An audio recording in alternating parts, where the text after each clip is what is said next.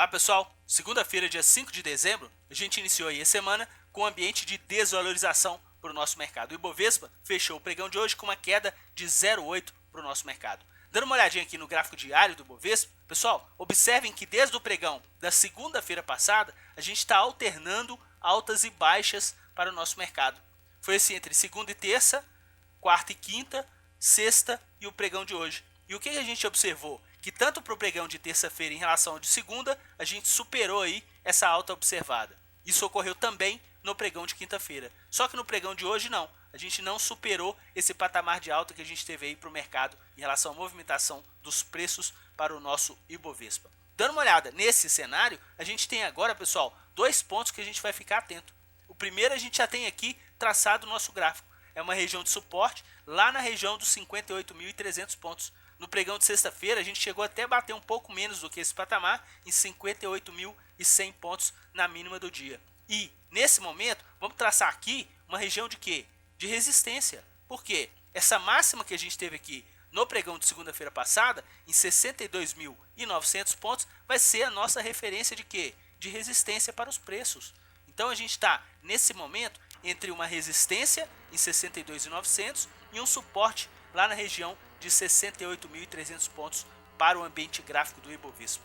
Em relação ao fluxo, pessoal, hoje um dia de baixa e eles atuaram como? Na ponta vendedora. Conforme vocês estão vendo aqui a movimentação por parte deles nos contratos futuros do Ibovespa. E olha que interessante, pessoal, esse ambiente errático de altas e baixas para os nossos contratos, dá uma olhada como é que eles andaram aí desde a semana passada no nosso mercado. Segunda-feira, eles andaram com uma ponta compradora, o índice subiu. Na terça, eles venderam, o índice caiu.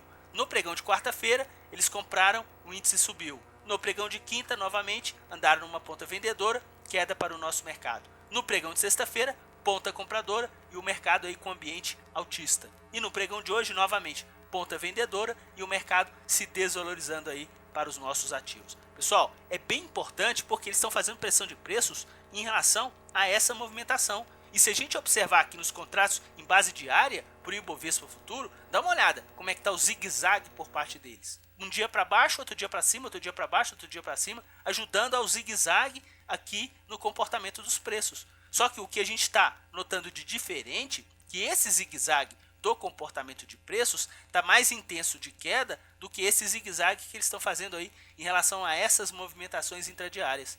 Isso a gente vai ficar bem atento porque na semana que vem, praticamente, a gente já encerra aí os contratos futuros do Ibovespa.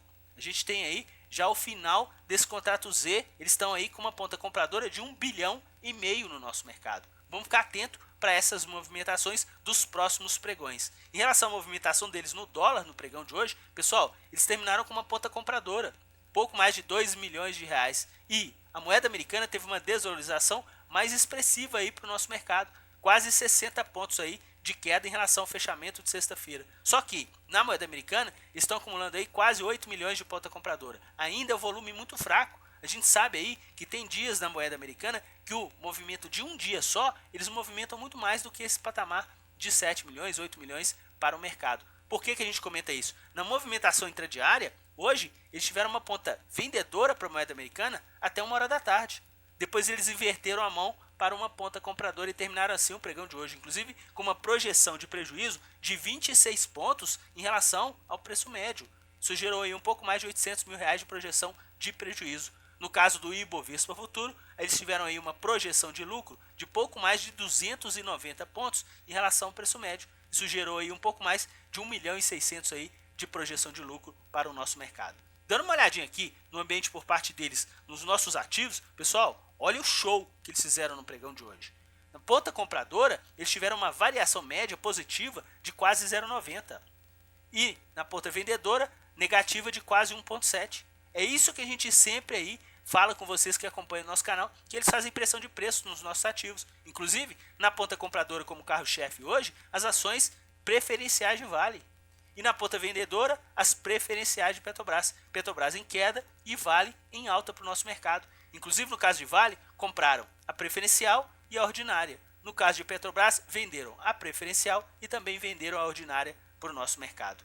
No mercado de opções, eles atuaram aí com uma ponta vendedora para as opções de Petrobras e também para as opções de Vale. No caso aqui, eles conseguiram obter o quê? Lucro para as duas companhias nesse mercado no pregão de hoje. Dando uma olhadinha lá no nosso quadro, a gente consegue perceber que no caso aqui de Petrobras e Vale, eles lucraram aonde, pessoal?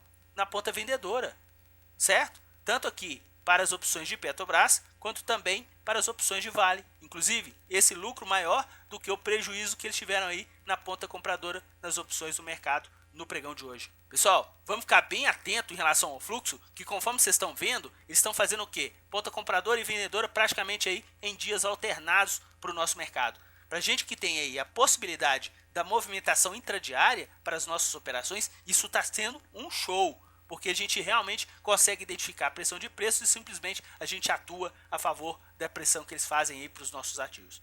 Bom, amanhã a gente retoma o nosso giro rápido do mercado entre 2 e 3 horas da tarde para que vocês possam identificar a pressão de preços que eles estão fazendo aí no nosso mercado. Um forte abraço a todos e até amanhã, pessoal!